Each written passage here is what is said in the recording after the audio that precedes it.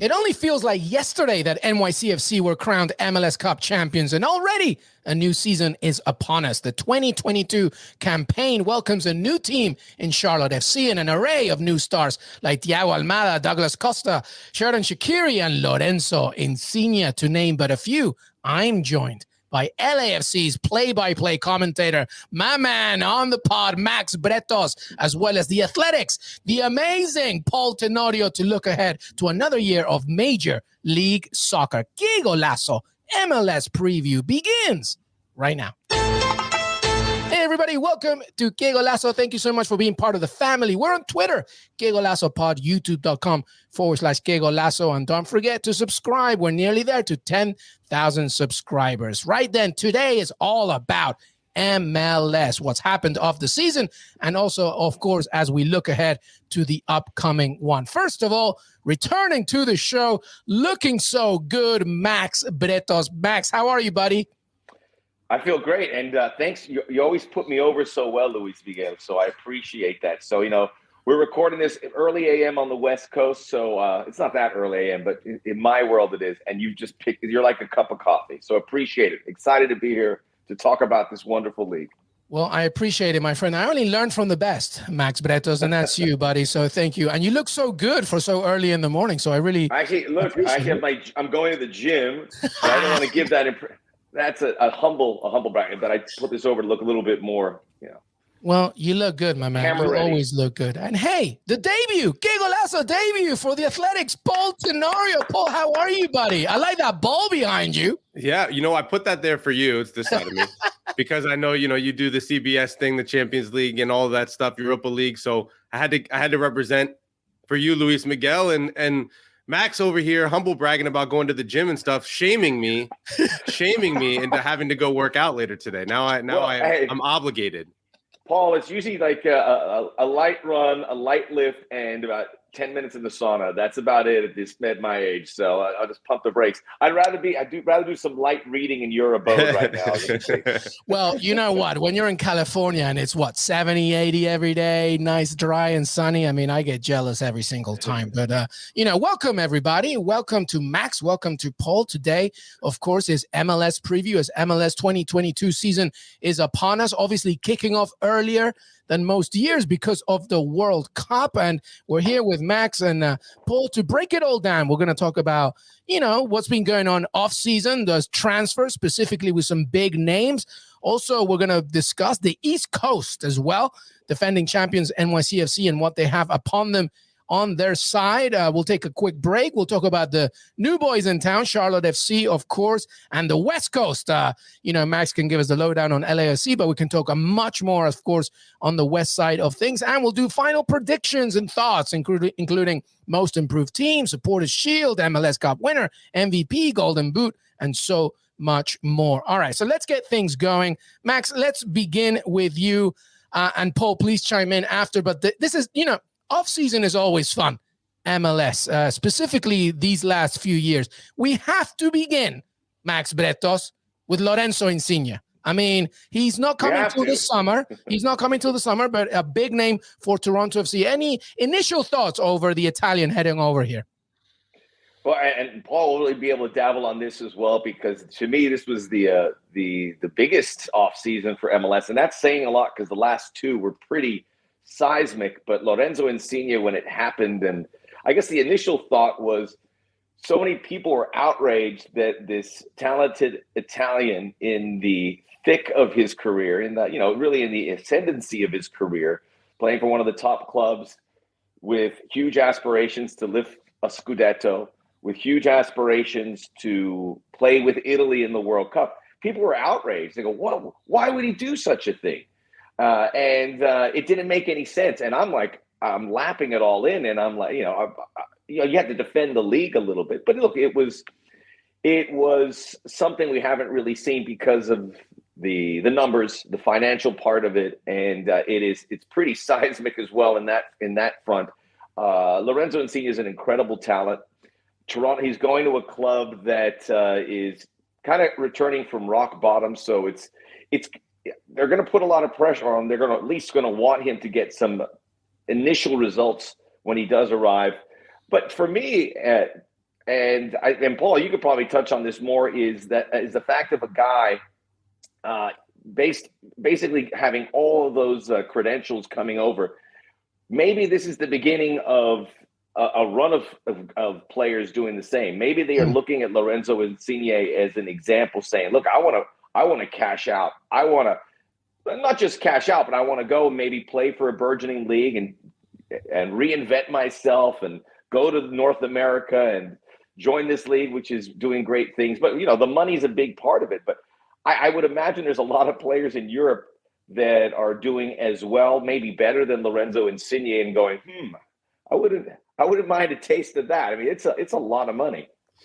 Yeah, I think you nailed it right there. I mean, the money plays a big role. $15 million a year is a substantial raise on what he was making in Italy. And that right now is still the cost of doing business. If you're Major League Soccer and you want to bring a player like Insigne, who's at the point of his career that he's at, right? Won a European championship with Italy, has aspirations to try. I mean, if they get to the World Cup, to do something there as well.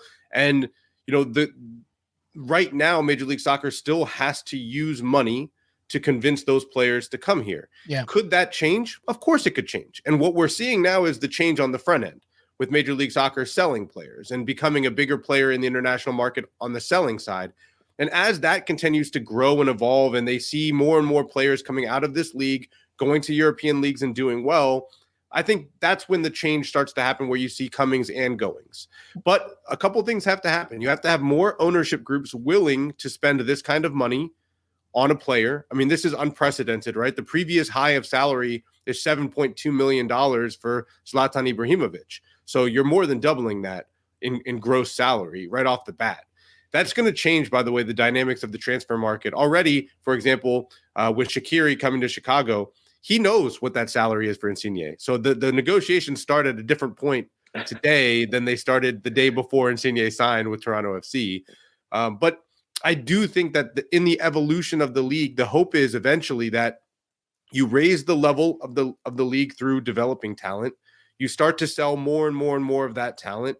And eventually the league gets a good enough reputation where moving from Serie A to MLS isn't seen as a huge drop down the way the perception is still right now abroad, certainly, about Major League Soccer. Yeah, I've always thought three massive things that are needed for MLS, and they are happening. One of them is the development within, obviously the US, Canada, etc. The second is obviously becoming a business transactional league, where no longer you're just like purchasing aging players or whatever, but also now you're selling, right? You mentioned that we're talking about, Ricardo Pepi, of course, DK to West Brom, Tajon to Brugge, Matt Turner, Arsenal, etc., etc., etc. And then the third part, which is something that I like, which we'll get to right now, is obviously, the business that these clubs are doing in South America and Latin America, and bringing these, undiscovered talents, so to speak. Miguel Almiron being obviously one of the biggest examples. Let's go back to you, Paul. I'd love to, Max chime in here, but the other big names, of course, you mentioned Shaqiri, Douglas Costa as well,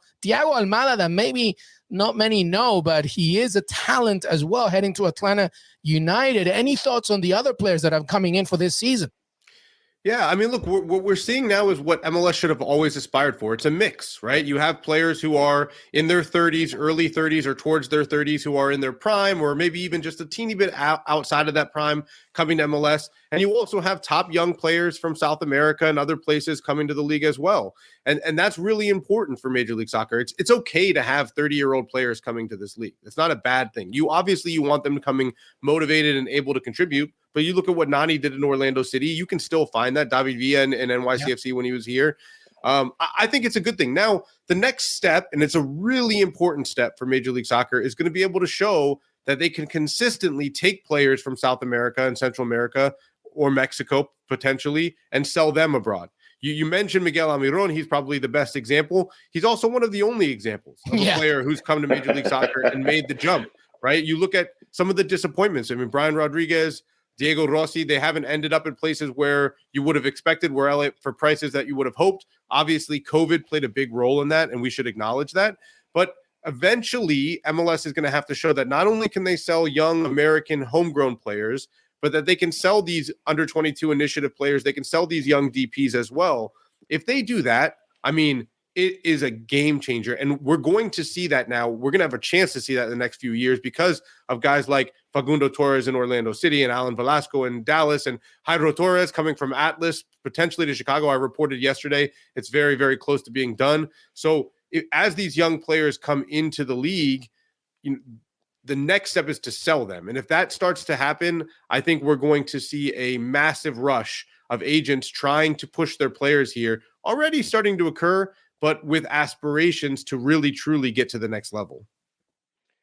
Yeah, and Paul, with the young South American players, I would admit I was a little worried about the project as a whole because of the players that you mentioned that have not taken that next step. You want to see Ezequiel Barco, you want to see Brian Rodriguez go from potentially a $20 million player. I mean, I don't think it was that far-fetched when you talk about the talent that they had when they arrived here so they could be sold on. And then Miguel Almiron is so important here because it is that rare success story there. I know we're going to talk about some of the American players, young American players that have been developed here that have moved on above the market value that we had set years before. And I wonder if that inspires some of the South American players to follow. I would add that he wasn't a DP, but Eduardo Atuesta, who was with LAFC, coming at a very low price tag and being able to be developed to be sold on to Palmeiras is another indicator that it works. This group of South American players is really exciting. I've had the good fortune the last 2 years to call Libertadores and Sudamericana, and I'd see them.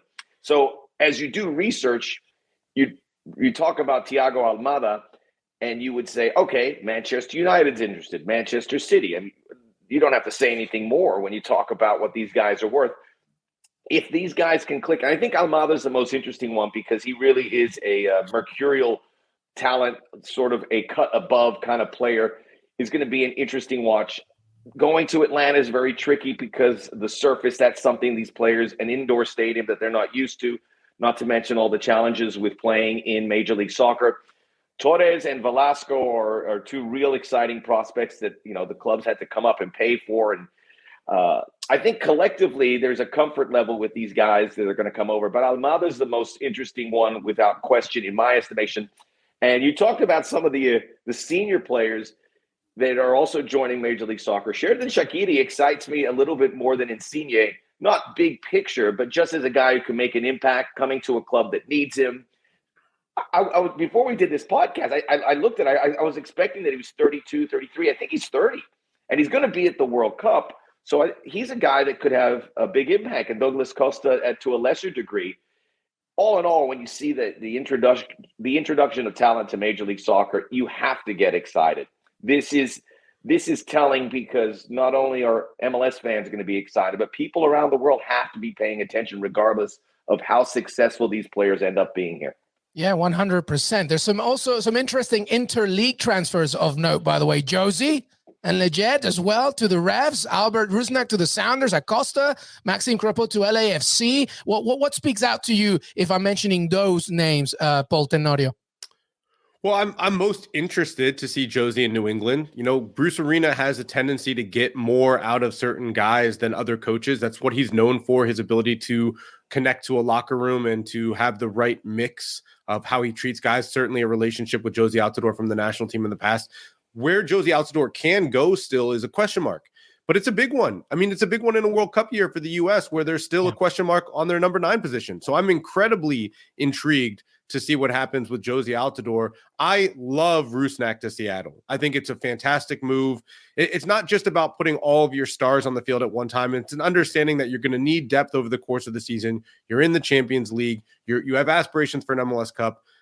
I mean, it's the first time we've seen a DP signed as a free agent in Major League Soccer. Again, another savvy move by Garth Lagerwey, who recognizes where you can find talent in this league, getting it for cheap. Essentially, it's a free transfer and making a good team stronger. So that's my favorite MLS move of the offseason is Rusnak, but Josie is by far my most intriguing. Yeah. Bretos, what do you think? What's your favorite? Well, Paul nailed it. He goes about looking within the league to not only help your club, but get a difference maker. And Rusnak is that kind of guy. And you look at the mid-level European, mid to high-level European playmaker, number 10 striker kind of guy that could come to Major League Soccer and make a good living.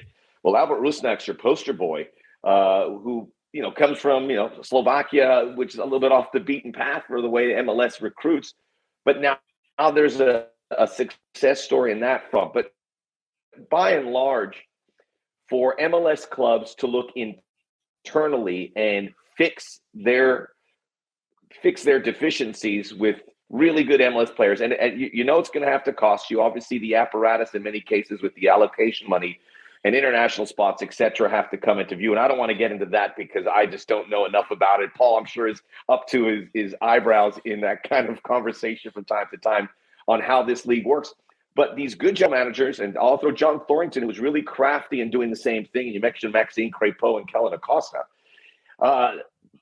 And maybe folks are waiting for this big European or South American signing, but you have a guy who's proven to be a really good goalkeeper, or number 8, or a number 10 in the case of Rusnak, or Josie Altidore, who I agree with you, Paul. I think he's going to be a real success at New England. He fits the bill there, and he gives them a little more depth and some cover for Buxa as well, that you can go into Major League Soccer and fix your problems. I don't think you could always say that in the past. There is a wealth of talent and experience within that you can use with the league's apparatus in tow, where you can get some quality and a guy that generally, and we've seen this in the past, can put you over the top. And I think you can say that about Altidore. I think you can say that about Rusnak. And I think you can say that even about a guy like Kellen Acosta. Yeah, it's going to be really intriguing as we get closer to that beginning of the season, and how, of course, they work and play within their new setups. All right, so from transfers, off-season conversations, let's talk about the nitty-gritty. Let's go first to the East Coast, because obviously that's where the defending champions, NYCFC. First of all, very easy question. Well, I don't know, maybe it's not easy, but a simple one. Paul, can NYCFC, can they repeat this thing? Yeah, I mean, I think one of the biggest moves or non-moves of the offseason was Tati Castellanos staying with NYCFC. Huge. Unexpected. No one expected that. And so you're talking about a team who didn't really lose any big pieces and added a really good piece as well. The center back that they brought in from the Japanese league. You talk to GMs around the league, and they're talking that he could be one of the better center backs in MLS this year. Martins, I think his name is. So this is a team that's getting stronger, and not to be surprised, right? It's City Football Group. They have resources and scouting that no other MLS team has. They're able to go and find players at all the different price points that fit MLS. So absolutely, I think NYCFC might be a team that's maybe most primed to repeat, since looking, and by the way, you look at Seattle, you look at Toronto when they were going back to MLS Cups year after year. It has a similar feel to this NYCFC roster, to have depth pieces still there, have your stars still there. Now, the big question mark for New York is going to be, do they sell Castellanos in the summer window? I think they will. How does that change the locker room? How does that change the team? How does that change the mood of the season? Who do they bring in to replace him? Do they have something lined up? Yeah. Right? So could they? Yeah, they absolutely could. Does it all depend on the summer transfer window? I think so. I love New York City FC, and it comes down to the City Group, because you're not just seeing an ownership that is just sitting there and happy that they have a team in New York. That said, they got to get a stadium there, and we look forward to that happening. But with success and creating a good team for the present and the future, they're getting there. The Talles Magno signing is one of those moves that gives you the feeling that they are here for the long term, and they're using this to develop players and be profitable. Tati Castellanos, I'm with Paul. I was surprised that he's still there, but he doesn't seem, granted, I'm not reading too much of the New York City FC clippings all the way out here in LA, but he doesn't seem too perturbed about it. He knows he's a young player. That is a product of the City Group and their network of clubs and scouting. Rodriguez is another one. He had a great postseason. So they have a means to get talent quickly or develop talent, which we will see here with some of those young players that I don't think they thought were going to contribute right away, but did at the end of that postseason, and they all played a role in getting New York City FC over the finish line. So the City Group, we have City Group, we have Red Bull, and Red Bull's come off the boil a bit, but I wouldn't underestimate what they're capable of. And maybe they can they'll feel the fire of New York City kind of taking the glow in that part of the world. That is a club that's going to remain amongst the league's elite, in my estimation, for many years to come. with or without Tati Castellanos, because I feel confident they will have the replacement. They are ambitious and they know how to fill the gap. It's all worked out perfectly, except for the stadium. Everything else is clicking, and hopefully that last piece. I was just going to say, they just need that ground, and that's it. Yeah. Well, Tati Castellanos. You got to give them credit. Got to give them credit for that. It's true. For everything else. They did win it. All right. We're going to keep it a little brief here in the contenders because we still got so much to talk about. But, Matt, coming right back to you, and then Paul, you chime in. Obviously, the East Coast looking up to NYCFC, looking who can dethrone NYCFC. We've talked about the Revs and, Bruce Arena getting the band back together and so to speak. Toronto, Bob Bradley, of course, making memories maybe north of the border. Lorenzo Insigne in the summer. How about Philly Union, by the way? We had Andre Blake as a guest on this show, and he said, regarding obviously what happened with the COVID-19 issues, on their way to hopefully making it to MLS Cup. It didn't work out. He said, look, don't get bitter, get better. So there's obviously a focus right now for Philly and Andre Blake. Which other teams do we think as well in the East Coast, Max Bretos? What are you looking at that can maybe push it up towards the NYCFC title? Well, my pick would be the Revs with what they've been able to do and be able to get across the tape this time around after falling short, winning the Supporter Shield a season ago. A team like Atlanta United is intriguing, but they'll have a lot of things they have to figure out. Araujo, who they're still waiting on to really develop, is going to be an interesting case. Yeah. But they will be there. They'll be one of the contenders. They'll be a playoff team. And let's not forget about Miles Robinson as a guy who can really lock down the back of the defense. You just never know. Maybe maybe Orlando can figure it out. Teams that didn't change too much and have a good coach that may be bouncing off a bad year. You think of Columbus and Toronto. Toronto's going to be much better because that's just what Bob Bradley does.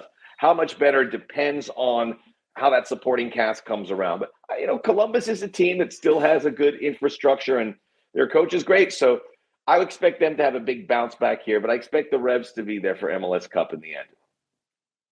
Yeah, I mean, there are a lot of intriguing teams in the East. You mentioned one that I kind of have as my dark horse. There's a lot of change that happened in the roster, so that's one red flag. But I really love Orlando City and Oscar Pareja. I think the more you get his style of players on the field and his hands on and his fingerprints on that roster, the more you're going to start to see that team play the type of soccer he likes to play. Yes, they lost DK, they lost Chris Mueller, they lost Nani, but they add Torres, they add Ercan Kara, the striker out of Austria, 27 goals, I think, in 54 games. So the guy can put the ball in the net. And I just think that Oscar Pareja, the more he works with a group, the more that identity starts to shine through. So I don't know that I would put them at the top, right, with NYCFC and New England, which I think are the two teams you're looking at when you're talking about the East. But I think Orlando City is a team that can make some noise during the regular season. And it's, that team in the playoffs that no one really talks about. They're like a 4 seed or a 5 seed, and then they get hot. I really like Orlando City. I'm interested to see how quickly I think it'll be one of those instances where maybe start a little slow because of the guys they lost, but heat up by the end of the year and are really hitting their stride by the time the playoffs come around. Hey, listen, when you have Pedro Galese, anything is possible. Of course. Tranquilo. All right, everybody. Paul Tenorio, Max Bretos, MLS preview. We're going to take a break. When we come back, I want to talk about the new boys in town, Charlotte FC, and the West Coast, of course, including at the very end, some final thoughts with some predictions and much, much more. MLS 2022 preview. Max Bretos, Paul Tenorio, Qué Golazo, LME. We'll be right back. Welcome back, everybody. Qué Golazo, MLS 2022 preview. The Athletics, Paul Tenorio, Max Bretos, LAFC's finest. All right, let's talk about, first of all, Paul, I'll come to you first because I'm intrigued, Paul Tenorio, for lack of a better phrase, by Charlotte FC because it hasn't really gone too well. They wanted Darwin Machís, the Venezuelan striker who plays in La Liga. It didn't work out. And when they asked Miguel Ángel Ramírez, the head coach, about it and how it fell through, he said, let's wait and see how the roster building finishes. When we finish that, I will answer that question and tell you how I see things. Right now, we're screwed. What's going on in Charlotte FC and the start or not so great start as they look ahead to their life in MLS? Yeah, not great. Not great. I think overall, when you look at Charlotte, what you're seeing, I think, is a little bit of missed opportunity mixed with a little bit of ego. and a little bit of a lack of preparation. And for me, it's right now the equation looks like it's going to be a really bad expansion team. And what stands out to me when you look at Zoran Krneta, the general manager, some of the quotes he's given to my colleague Sam Stejskal at The Athletic and to Major League Soccer, MLSsoccer.com, saying things like it's not that difficult. You don't need to lean too much on MLS experience. You can't tell me that MLS is a more difficult league than the championship, which when you talk about those leagues, it's not about quality of player. It's what makes the championship difficult is much different than what makes Major League Soccer difficult. And the level of player and the style of player is different. Yeah. And there's a lack of understanding there. And you see in the way they built the roster, the lack of Major League Soccer experience on that roster is going to come back and bite them. They're going to be lacking depth. And more importantly, they're lacking top-end stars. But what really stands out to me is some of the issues that are going on just beyond the first team roster. Some of the infrastructure things that you would expect from Major League Soccer teams, especially with a 2-year run up to starting their first season, just aren't there. They don't have a plan for a training facility. We haven't heard anything about what they're doing there. We've seen the technical director, Mark Nichols, leave before the season starts. You see the president of the club, Tom Glick, leave before the season starts. Multiple leaders be even further down the chain. You're talking about in the academy, in scouting infrastructure, also leaving. That's a red flag. There are some real problems there in Charlotte. And I think that we're going to see that manifest in the results on the field. And I would expect that leads to even more change. And with more change comes more struggles. We've seen it time and time again. We've seen it in Minnesota. We've seen it in Cincinnati. We saw it even in Orlando when they changed things after the first year and the struggles that caused. I don't think it'll be any different in Charlotte. I think Cincinnati is maybe a little bit excited that they have some competition to jump over at the bottom of the table. Well, there's the silver lining. Look, there's some good things about Charlotte when they came in, and obviously engaging a North Carolina fan base, which a few years ago would have been seen as science fiction, to be able to get people excited about Major League Soccer. They're going to have a great turnout, and people are excited about wearing the shirt. Miguel Angel Ramirez was a guy who I followed in South America, had this Pep Guardiola feel to him, this genius guy who took Independiente del Valle to new heights in Ecuador. Then he went to Internacional of Porto Alegre. Didn't go as well, but still a guy that you could see coaching big clubs, and then he comes here. I also want to say they took care of their broadcast team. They got Eric Krakauer, Lloyd Sam, and Katie with them. Very important in this league to have a good broadcast team. 100%. Great crew. Yeah. You get the content, you get it down, and then you have some good storytelling and someone who can, do some good messaging for the club. I will also add that, we've kind of gone through with these expansion teams, and Atlanta came in and LAFC came in. And I wonder if there's this perception that you have to come in and make the postseason, which really isn't fair. And we've seen that with the more recent teams, Cincinnati and Austin. They all take their lumps, which is what you're supposed to do with regards to being an expansion team. And Charlotte FC, with all that enthusiasm and euphoria, people are probably saying, okay, we're going to have a great season. But it's not realistic to do that. That said, everything that Paul touched on shows you a team that's a little ill-prepared, missing on some of their targets. Obviously, not completely their fault, but you've got to have a contingency plan. There's a couple guys I like there. And Alan Franco is a nice midfielder. But you look at that team, they're going to take their lumps. And, when Paul starts mentioning FC Cincinnati, you're looking right at the bottom, which is going to take a lot of that momentum away. But, that's the way it is. They should be better prepared. Miguel Angel's been appointed, I think, since July. So and this is not on him, but obviously with some changes in the front office, there should have been they should be further along. And even the offseason, when I saw other clubs making their moves, getting signing players, Charlotte was pretty quiet. And they're going to, unfortunately, reap what they sow here in this season. Again, it's an expansion team, and you can see what you need, and you shouldn't rush into these things and get into big contracts if you're not quite ready. But they look as ill-prepared of a team as I've seen in a few years. And that may even be on the Cincinnati level. Wow. Yeah, I just want to note, they have the richest owner in Major League Soccer that's not City Football Group or the Red Bull Group, right? If you're talking about individual wealth of an owner, David Tepper has the most money of any MLS owner. So they have the funds and the resources to do this right.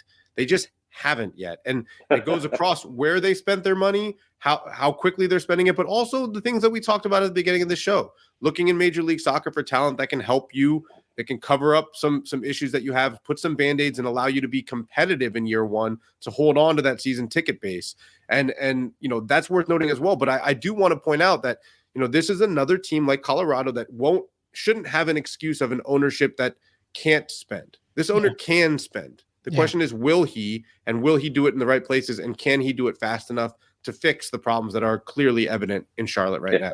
Well, they got Jordi Reina, Luis Miguel, so you got that going for you. Oh, well, he has his own issues, so we'll see what happens there. Hey, you know what I'm going to say as a Peruvian who grew up in England? Sometimes then not having a relegation system is going to help a team like Charlotte FC because they can take their sweet time. By the way, their barbecue sauce is really good, so maybe they can just really sell out. But to your point there, Max, it's very important to have a team that tells these stories as well, because they can be very beneficial when it comes to spreading the message. All right, let's move on. West Coast.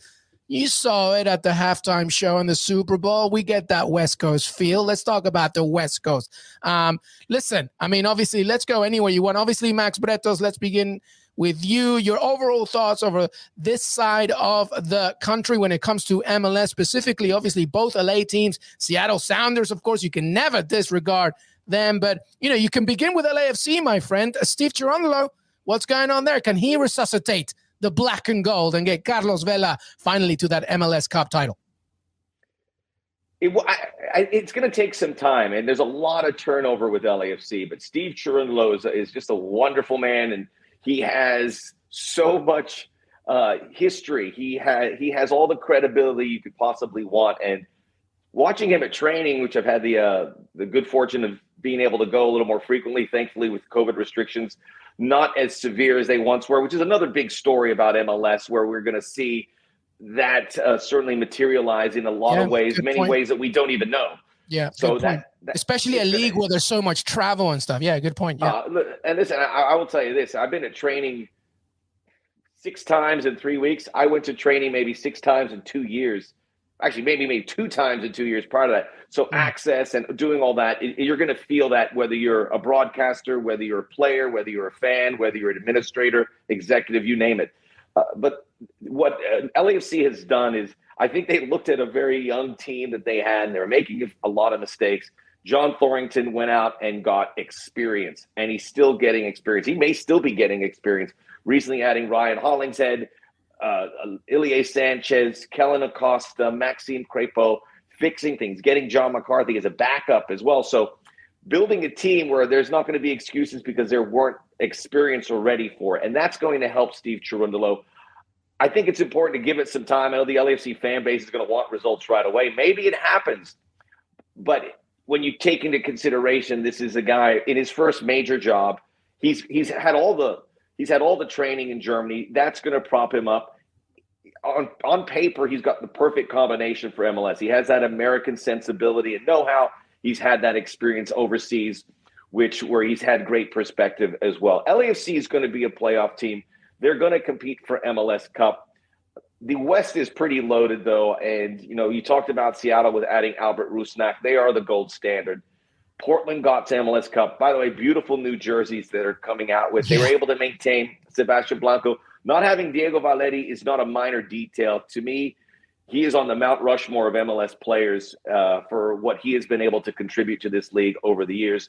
So Portland's got a good team. They have the Charas in place. They have they've invested very well in South America. They've hit more than they've missed when they've gone to South America, getting more experienced players than the wet behind the ears crew.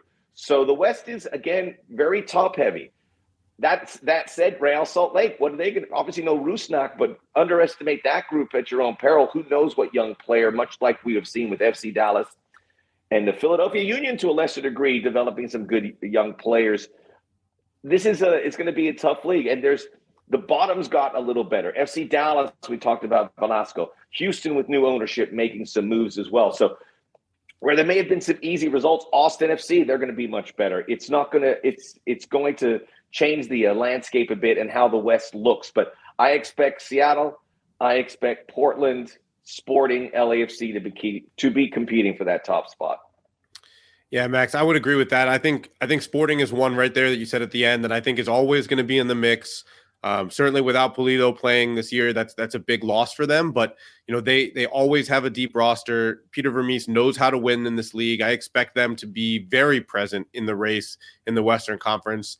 But I think it runs through Seattle right now with that roster, the way it looks, the experience of the technical staff, the experience of the team itself, guys like. And we talk about the big names, Rui Diaz and Rusnak and Lodero there. Christian Roldan is maybe one of the most valuable players in Major League Soccer for all of the different roles he can fill, the experience he brings, his knack for knowing what the team needs in big games. And we get a healthy Jordan Morris for a full year, hopefully in Seattle as well, added back into that attack. So, I think Seattle is the favorite in the West. I'm interested to see LAFC. I think John Thorrington is a little nod back to what they did well in their expansion season, going and getting MLS experience. We've talked about it numerous times on this show. It helps the depth of your team, and the depth of your team is what pushes you, propels you to the top of the standings.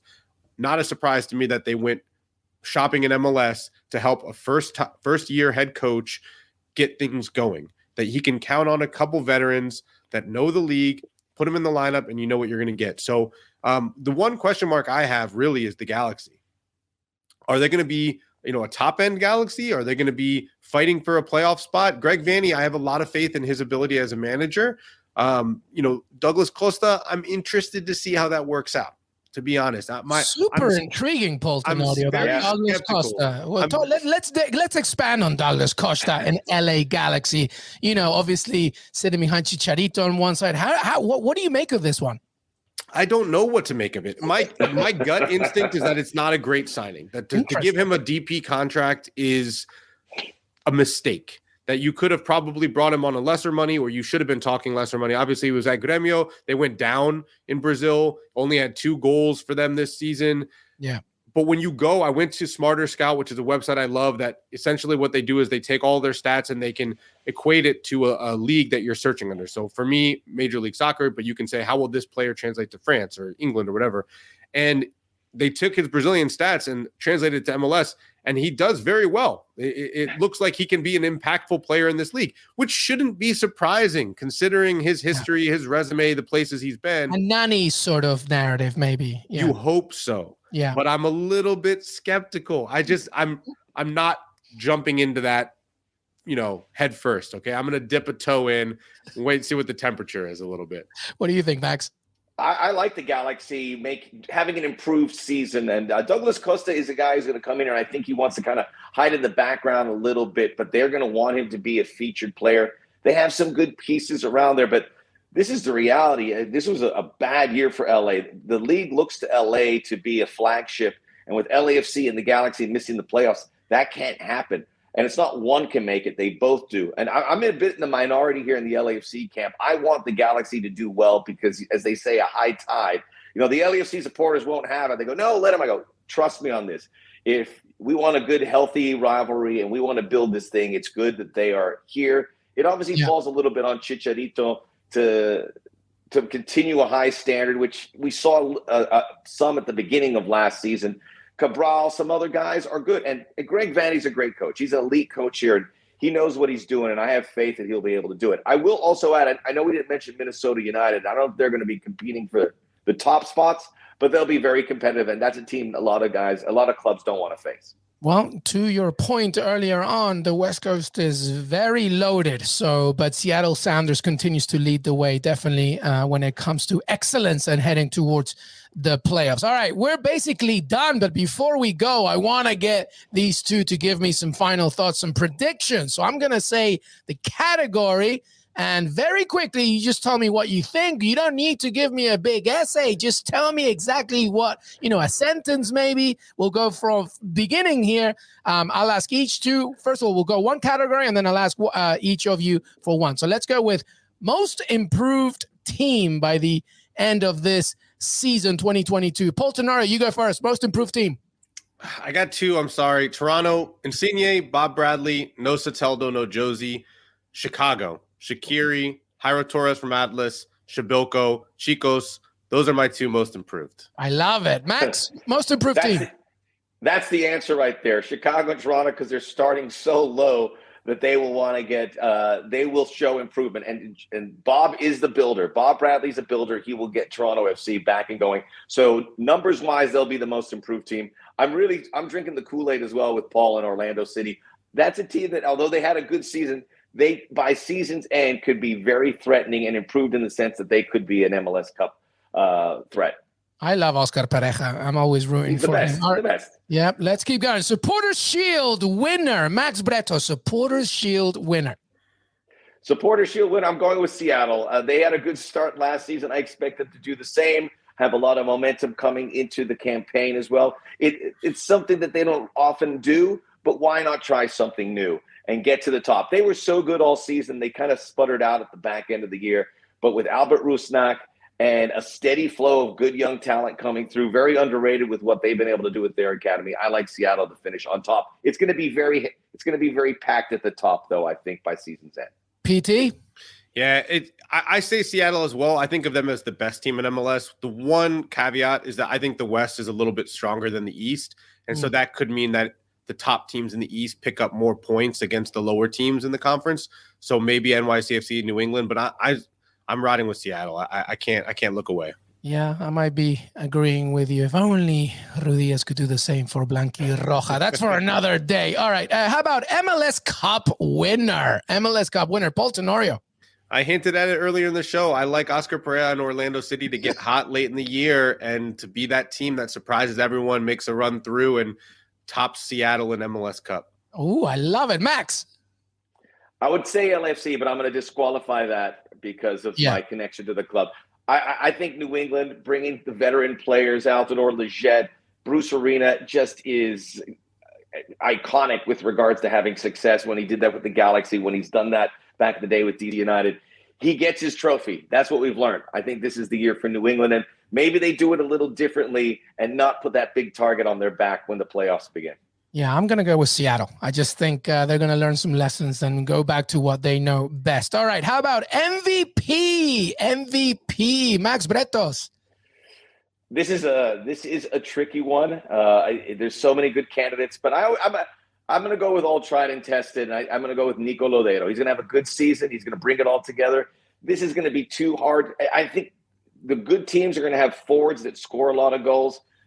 And those, at the end of the day, that's the guy who's going to get the nod.